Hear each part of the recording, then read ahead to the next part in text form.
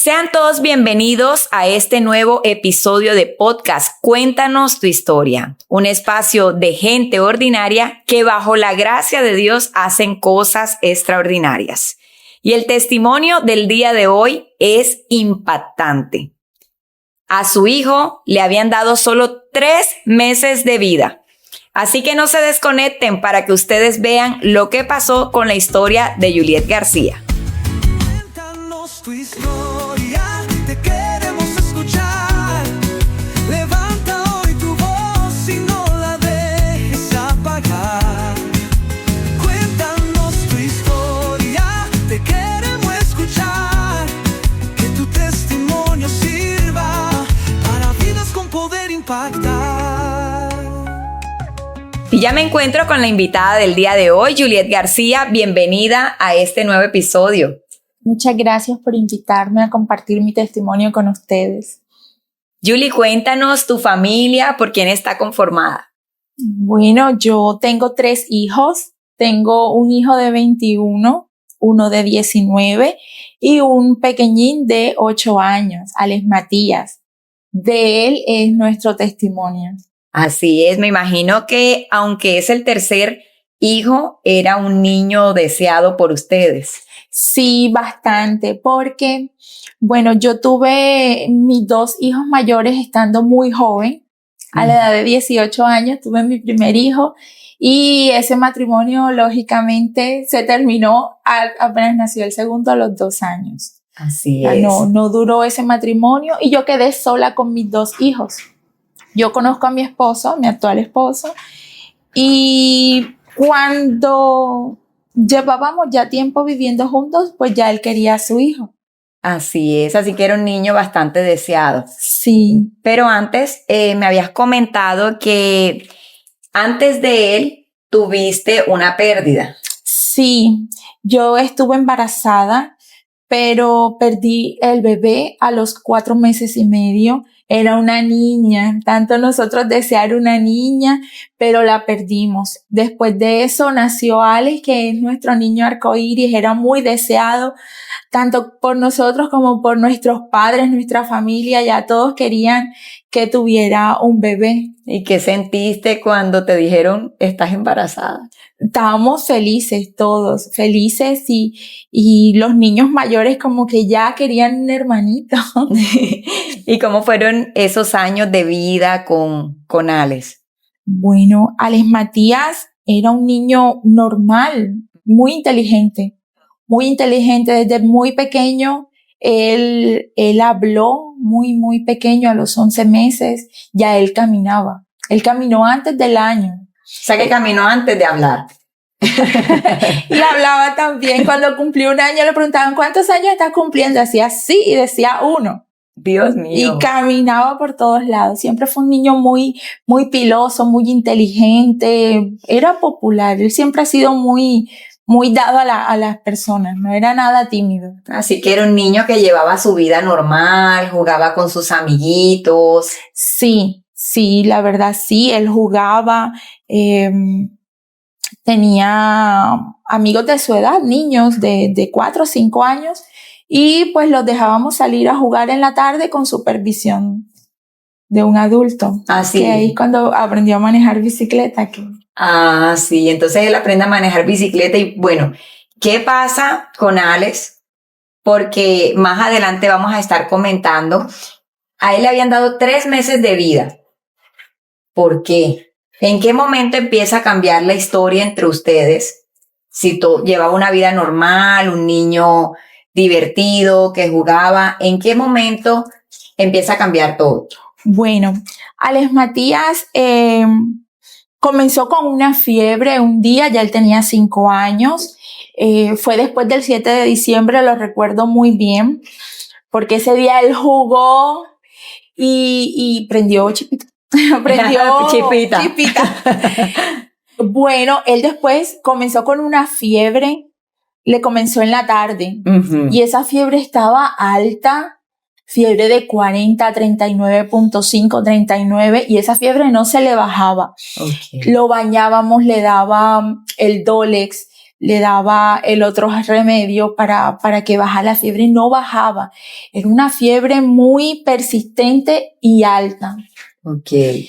Y cuando yo estoy lidiando al niño, pues uno como mamá, uno no duerme pendiente del niño toda la noche. Yo lo vi muy desmejorado. Uh-huh.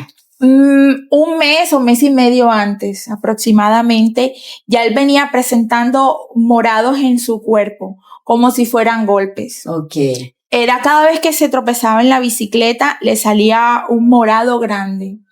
Y cuando yo llegué del trabajo, la primera vez que empecé a ver los morados, le prohibí manejar bicicleta. Okay. Yo decía, bueno, ese niño como que se da durísimo. Y eran morados en las piernas. En las piernas, en los brazos. En los brazos también. En los brazos también.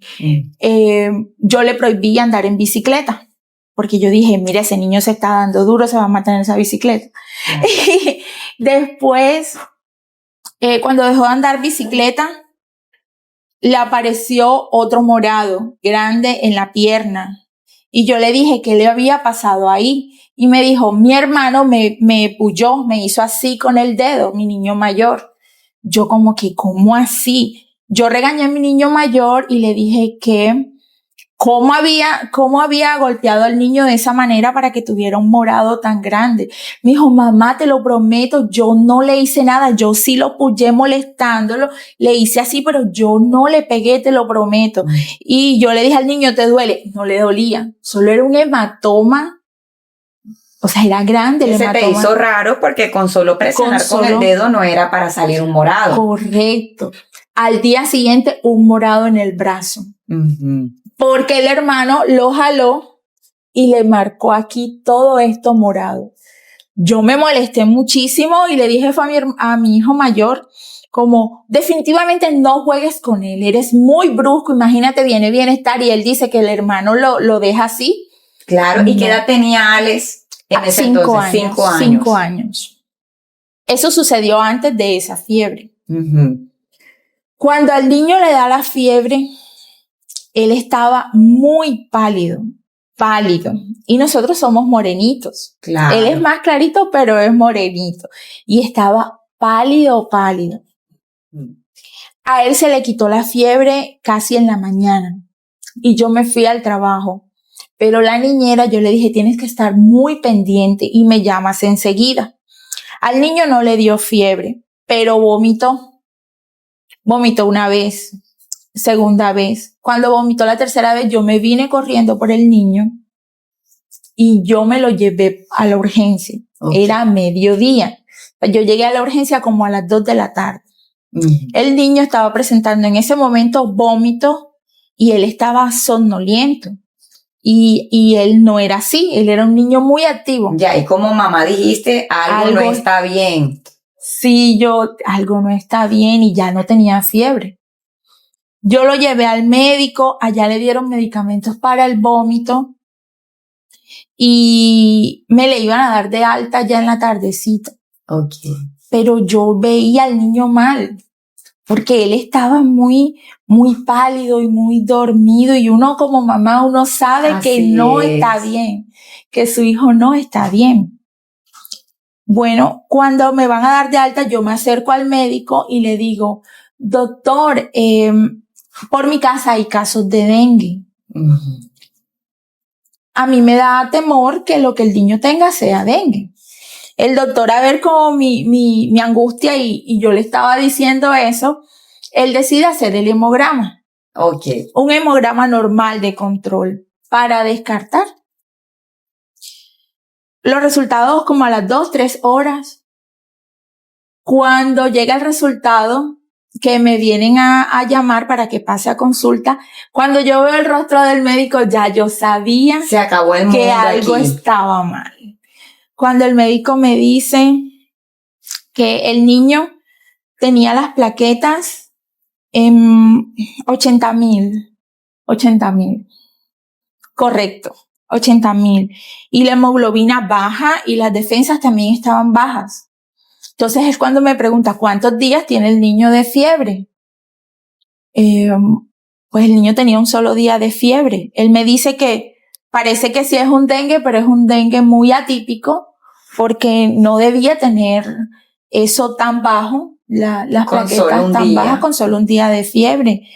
Era muy extraño. Y no solo estaba afectado las plaquetas, sino también la hemoglobina. Así es. Entonces, como si hubiese tenido dengue hace rato. Entonces, era un dengue muy extraño y comenzaron la remisión para una clínica que tuviese pediatría. Ok.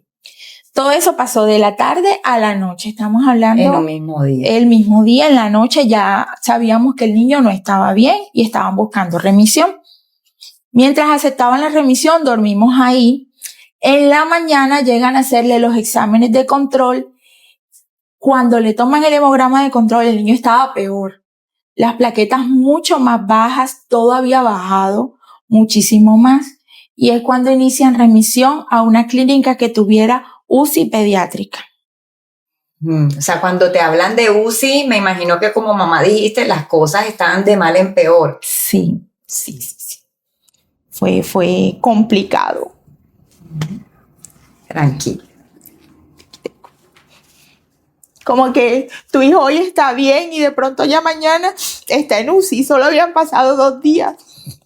Un día con fiebre y al siguiente día ya una remisión para UCI.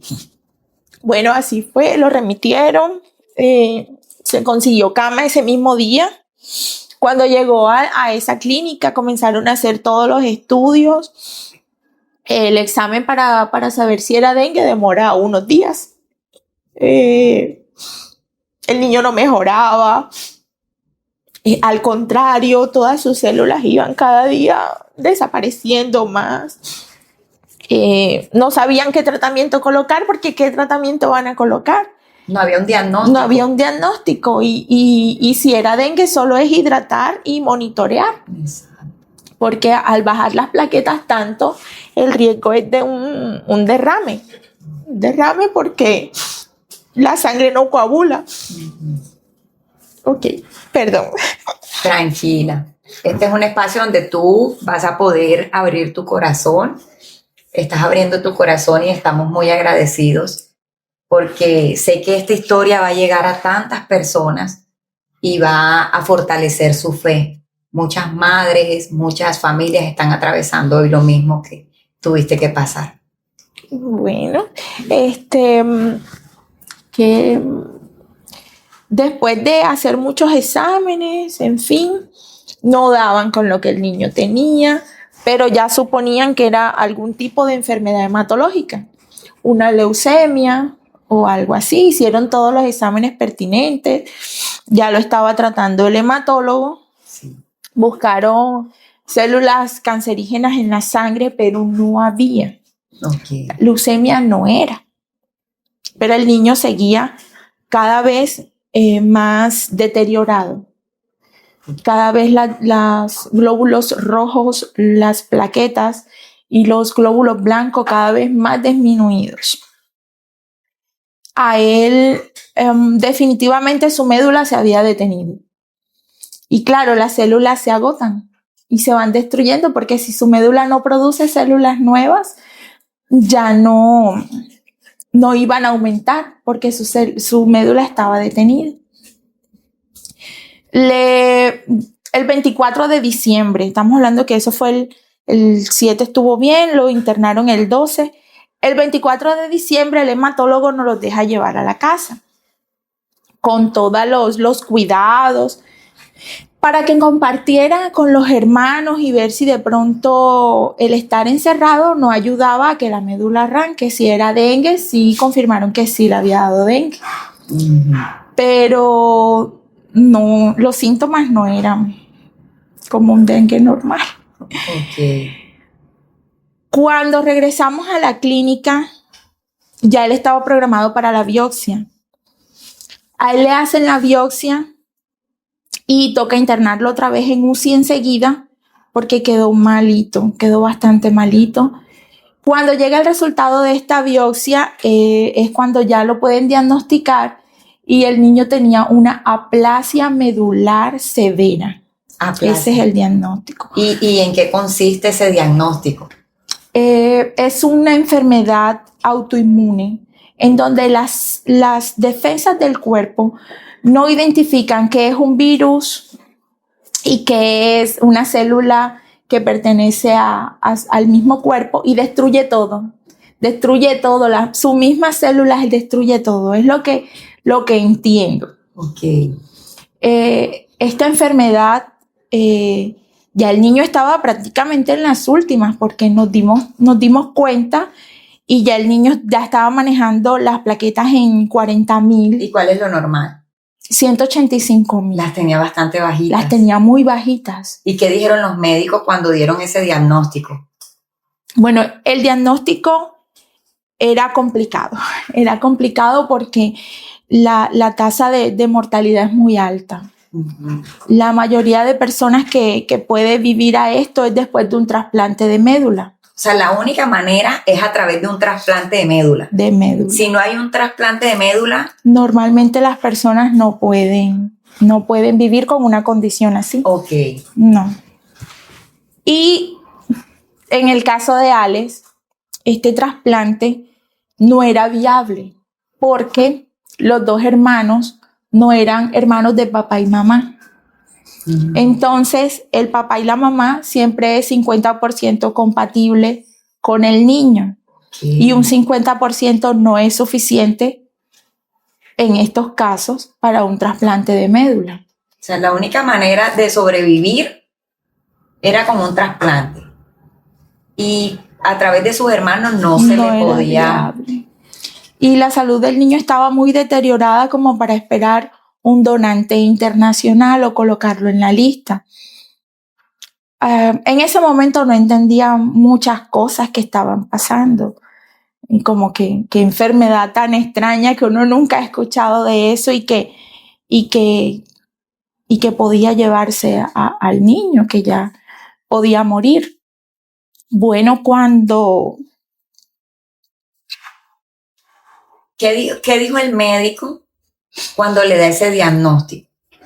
Él dijo, le quedan tanto tiempo de vida según la parte médica, o él no te comentó nada al respecto. Bueno, cuando ya me dan el diagnóstico, como después de que hacen los estudios, bueno, no es viable el trasplante porque no tenemos un donante compatible. Así es. Él nos dice, bueno, hay otra opción de tratamiento que se llama una inmunosupresión. El niño con la condición que tiene no va a vivir. 3 meses máximo. O sea que le dieron 3 meses. 3 meses. ¿Y esas palabras te las dijo el médico? 3 meses. La única posibilidad era intentar la inmunosupresión. Era también complicado porque era destruir lo poquito que quedaba y esperar que la médula arrancara con otros medicamentos, pero era lo único que se podía hacer. Ya el niño, o sea, o lo hacíamos o se moría en 3 meses porque ya tenían que comenzar a transfundir tanto plaquetas como glóbulos rojos, porque ya la hemoglobina estaba en 7. Okay. Nosotros obviamente aceptamos el tratamiento porque o es eso o no, o sea, o se nos va. Como mamá dijiste, voy a hacer todo lo que humanamente posible pueda hacer. Lo que pueda hacer humanamente. Bueno, el niño donde estábamos no pudieron hacer el tratamiento porque no tenían las máquinas que necesitaban para filtrar las plaquetas que le iban a colocar al niño y las transfusiones que el niño necesitaba. Lo trasladaron. En todo este tiempo habían pasado ya enero, en febrero fue que inició la inmunización. O sea, habíamos pasado diciembre y enero haciendo estudios. Ya el niño había recibido las primeras transfusiones. Habíamos tratado de buscar otras opiniones médicas. Hasta quise llevármelo para otra clínica que me habían recomendado en Bogotá, que es la clínica de trasplantes. Okay. Pero bueno, no podíamos mover al niño en la condición en la que se encontraba, solo confiar en que estaba en buenas manos. Cuando lo reciben en esta nueva clínica, vuelven a repetir la biopsia, porque el médico tratante dice, bueno, sí, todo esto que trae dice lo que hay que hacer, pero yo tengo que confirmar todo esto para él proceder. Así. Cuando le vuelven a hacer la segunda biopsia, ya el niño no tenía 5%, ya tenía 2%. Dios. O sea, ya el niño estaba viviendo horas extras. Wow. Tremendo. Sí, inician el tratamiento, el niño lo pasaron al pabellón de trasplantes porque debía estar aislado. Y fue un proceso muy difícil.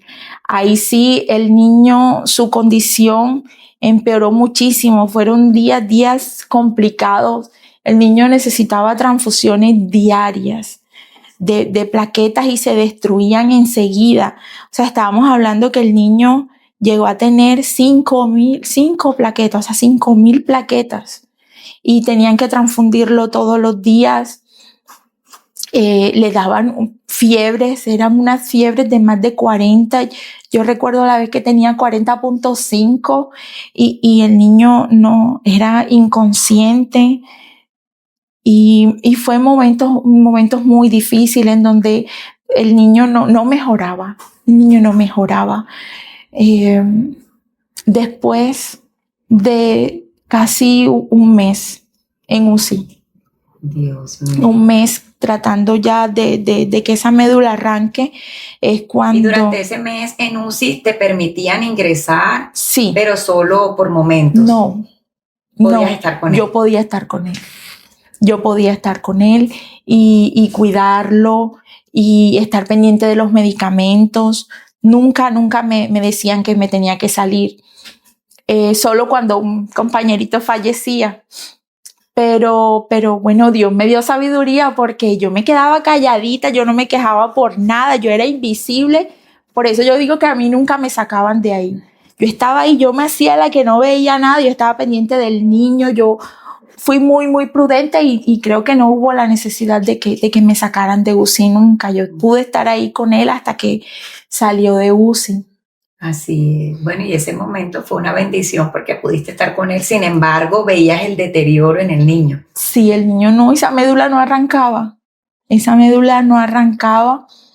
Y en ese momento, pues mi cuerpo también estaba agotado. Claro, estabas desgastada físicamente. Sí. Mi esposo, bueno, esto también es fuerte. ¿Qué sucedió con tu esposo? Él me dice, amor, tienes que descansar, tienes que ir a la casa y poder bañarte en tu casa, tienes que dormir, también tienes que ir y echarle ojo a los otros niños. Vente que yo me voy a quedar con él. Yo manejo moto. Antes de que todo esto sucediera, yo tengo algo que estoy tratando en este momento. Pero en ese momento, cuando nos dimos cuenta, nos asustamos mucho. Pero pasó lo de Alex y me olvidé de todo lo demás y toda nuestra energía y toda nuestra concentración estaba en Alex. Y cuando yo voy en la moto saliendo de la clínica, yo escucho en mi mente. Cuando me dice, tu hijo se va a morir. Y lo que tú tienes es un cáncer. Tú también te vas a morir. ¿Escuchabas esas voces? Sí. Yo prendí la moto y enseguida como, tu hijo se va a morir. Él no se va a salvar. Y tú también te vas a morir. Y lo peor, o sea, yo iba a morir de cáncer, una muerte lenta y sufrida. Era lo que Todas en esas ese mentiras momento venían a mi mente. Me dice, ¿por qué no ahorras todo esto? Y mátate. Había un camión de basura y me dice, tíratela al camión. Yo iba en la moto. Y yo como que, ¿qué hago? O sea, yo estaba muy confundida y yo, ¿qué hago? O sea, yo manejando y todo eso estaba pasando en mi mente. Cuando, bueno, yo no me le tiro al camión. digamos que pensando en mis niños mayores en ese momento también, y yo iba en la moto, y luego se me viene a la mente una alabanza, y yo comienzo a cantarla en mi mente, comienzo a cantarla, y esa voz que me decía, como mátate, como tíratele a los carros, se fue yendo, y yo empecé a alabar, a cantar una alabanza de las que me sabía. Yo no era cristiana en ese momento, no era evangélica en ese momento. Cuando yo ya reacciono y vuelvo a la realidad, estaba en un barrio que nunca había estado, en un lugar de la ciudad que nunca había visto antes. O sea, yo andaba sin rumbo fijo en la moto, o sea, yo iba por todas las calles sin saber ni dónde estaba, ni por dónde andaba.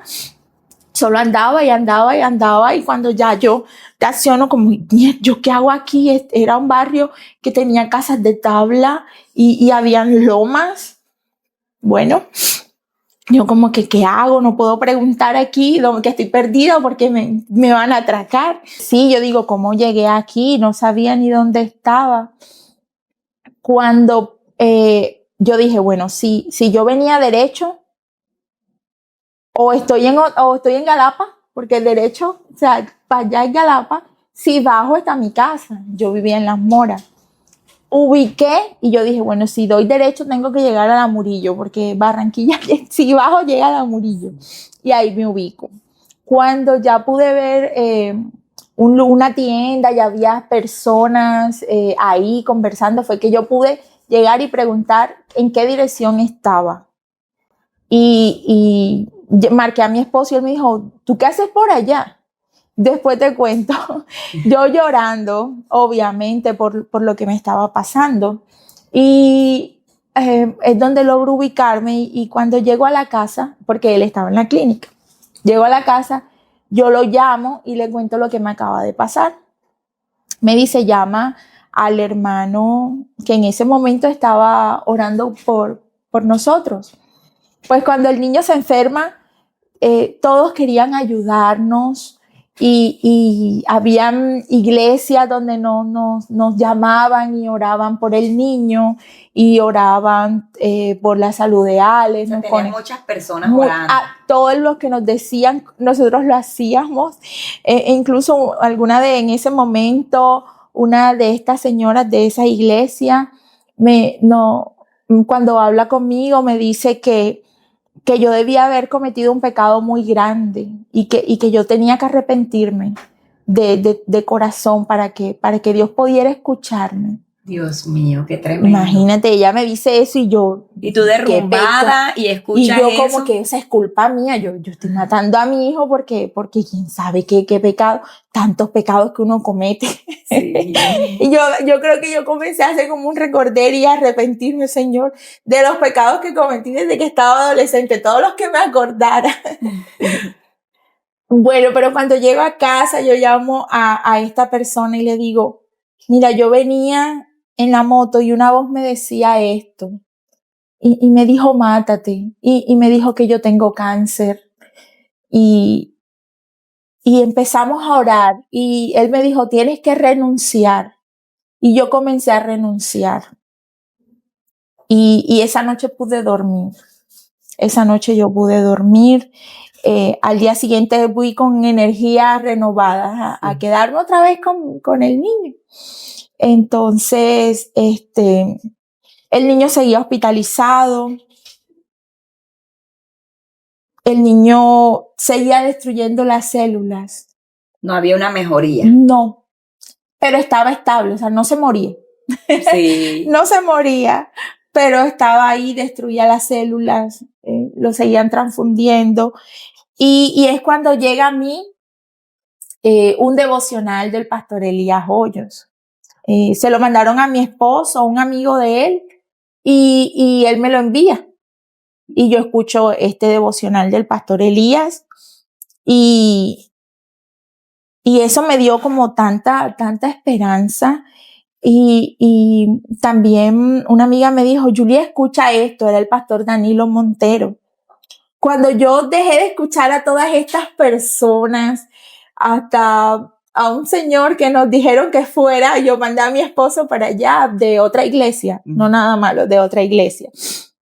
Bueno, en fin, yo dejé de escuchar a todas esas personas que sé que en el fondo lo hacen por ayudar, pienso yo. Comencé a escuchar al pastor Elías y al pastor Danilo y me llené de tanta fe y entendí que Dios me amaba. Sí, qué lindo. Empezaste a tener como ese encuentro con Dios. Que no era un castigo. No era un castigo. Dios nos llama de diferente manera.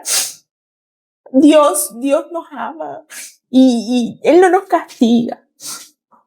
Nos llama. Y escuchando esto yo pude ir cambiando la forma en que veía la situación y fui llenándome de fe.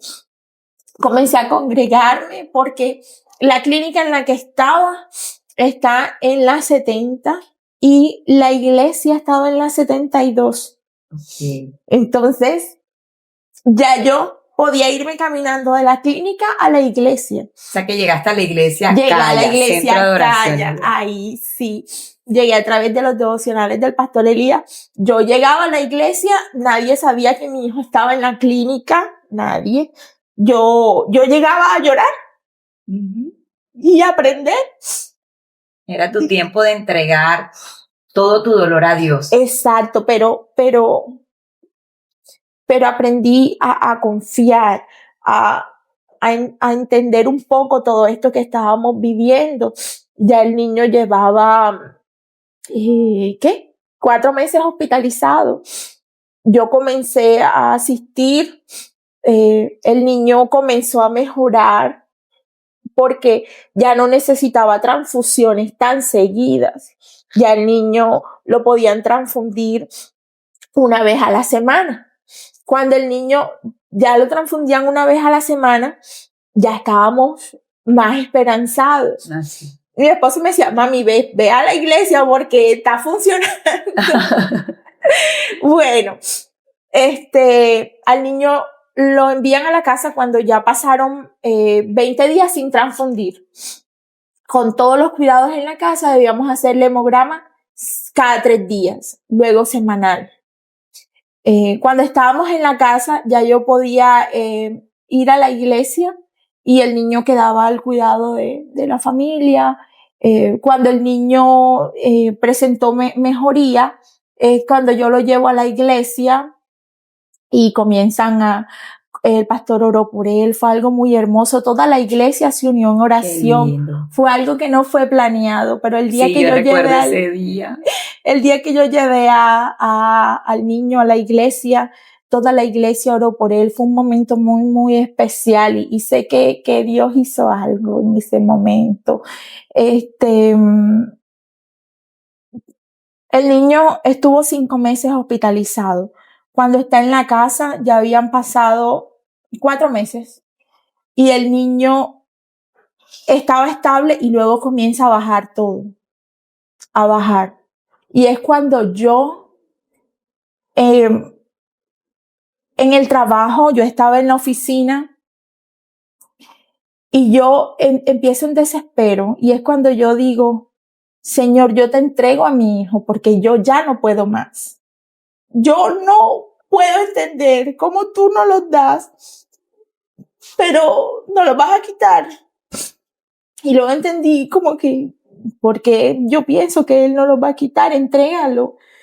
Yo le entregué todo lo que en ese momento estaba sobre mí y le entregué a mi hijo y le dije, Señor, haz tu voluntad sobre la vida de mi hijo. Yo no quiero que él sufra más. Él ha sufrido tanto. Yo te entrego a mi hijo, Señor. Te entrego todo. Yo me rindo a ti porque ya yo no puedo más. Yo entendí que no es lo que yo haga. No es lo que yo con mi fuerza pueda hacer. Es lo que Dios ha dicho que va a hacer y yo Amén. debo confiar en Él. Ese día que yo entrego todo, que yo le entrego a mi hijo, que yo le entrego mi trabajo, que yo le entrego mi vida, ese día yo pude descansar. Te quitaste todas las cargas Todas que esas tenías cargas que encima. tenía encima, yo pude descansar y ahí yo me lleno más de fe y comienzo a leer más la Biblia y a entender y a conocer ese Dios de amor. Amén. Cuando el niño va a Bogotá al comité de trasplante, ya yo estaba tan tranquila, ya yo era otra mamá. Era una mamá cuidando a su hijo, ya no era una mamá sufriendo, una mamá peleando con la realidad, ya no era una mamá que no aceptaba lo que estaba pasando, no, ya yo estaba tranquila y confiada que era lo que Dios quisiera, ya eso Así era de es. Dios, ya yo estaba tan tranquila que cuando yo llego donde el hematólogo oncólogo del comité de trasplante y él me ve tranquila, el niño estaba un poquito malito por la altura, él me dice, ¿usted es consciente de lo que su hijo tiene? Yo le digo, claro que sí. Usted no sabe que nadie puede vivir con esta condición. Y yo le dije, yo sé, pero yo sé que Dios puede hacerlo. Amén. Qué palabras tan tremendas. Yo sé que Dios puede hacerlo. Dios puede hacerlo. Pasaron los días y ustedes seguían orando, ya toda la iglesia calla, ya conocían al niño. Y bueno, ahí es cuando vemos por fin el milagro. Así es, cuando se vio ese rayito de luz en medio de tanta oscuridad. Bueno, el niño en los hemogramas no estaba bien. Yo le mandaba los hemogramas a ustedes, recuerdo. Así es. Que yo todos los hemogramas se los enviaba y el niño no mejoraba. Y nosotros de hecho la mandamos también a algunos amigos médicos, una pediatra, y nos dijeron, no, está mal. Sí. Pero ¿en qué momento cambia todo? Cuando le hacen la biopsia, a él le hacen la biopsia y el resultado dio que tenía 90% de células en la médula.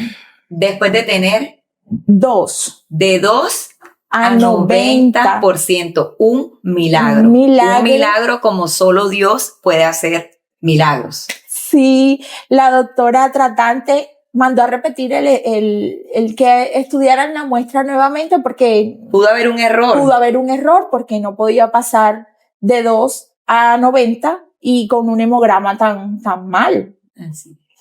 Repitieron y precisamente Dios había hecho un milagro. Dios había cambiado la situación de Alex Matías. Es decir, que al niño que le dijeron va a vivir solo 3 meses, tenía una médula nueva. tenía una médula nueva. O sea, no se le tuvo que hacer médula, No ningún necesitó trasplante. no tuvo necesidad de trasplante, sino que Dios hizo su obra. Y esa médula empezó a funcionar de una manera milagrosa. Así es. ¿Qué sentiste, Yuli, cuando recibiste esa noticia? Bueno, yo estaba feliz, yo comencé a llorar, le avisé a mi esposo y enseguida les avisé a ustedes, a los pastores, la noticia de este milagro que había sucedido. Yo estaba feliz, pero confiada en que había sido Dios. Amén. Y que todo el tiempo había sido ¿Y han pasado cuántos años después de aquel diagnóstico? Ya el niño tiene 8 años. Han pasado 3 años. Ha pasado 3 años. El niño sigue sano, aún en controles. Primero era cada 3 meses, después ahora es cada 6 meses. Lleva su vida normal, juega, va a su colegio. Correcto, va a su colegio, tiene una vida totalmente normal. Simplemente el primer año sí con muchas restricciones y bueno, esos medicamentos para estimular la médula también hacen cambios en él, pero está bien, es un niño normal, juega, va al colegio, practica un deporte. Gloria a Dios, gloria a Dios. Tú se lo dijiste al médico, Dios puede hacerlo. Dios y puede. Dios lo hizo. Amén. Nos gozamos mucho, Yuli, con ese testimonio del poder de Dios. Quisiera que pudieras enviarle un mensaje a todas esas personas que nos están viendo y que pueden estar atravesando un momento difícil en sus vidas. Bueno, yo les puedo decir que Dios es real, que Dios puede hacerlo, que confíen en Él, descansen en Él. No es con nuestras fuerzas, es Él el que puede hacerlo. Confíen y tengan fe. Mientras haya vida, hay esperanza. Muchas gracias, Yuli, por haber apartado este espacio, por haber abierto tu corazón para compartirnos tu historia. Y gracias a cada uno de ustedes por haberse conectado en este tiempo especial, en este podcast. Cuéntanos tu historia. Y si tú tienes una historia que contar, escríbenos porque la próxima persona que puede estar dando su testimonio puede ser tú. Dios te bendiga. Chao.